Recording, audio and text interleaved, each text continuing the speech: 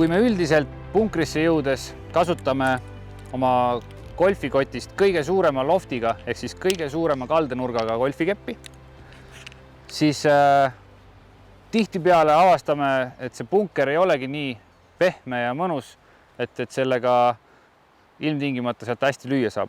Eestis saab vihma palju, nii et aeg-ajalt on meil see punker märg, see liiv on tugev, et sellisel juhul üritame kasutada natukese väiksema loftiga keppi. Mina võtan praegu näiteks 56 kraadise kepi ja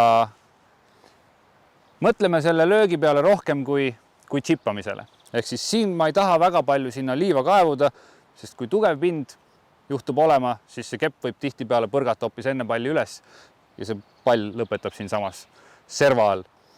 Ehk siis mõtle rohkem sellise chipilöögi peale, katsu tabada otse palli ja sa oled ilusti punkrist väljas.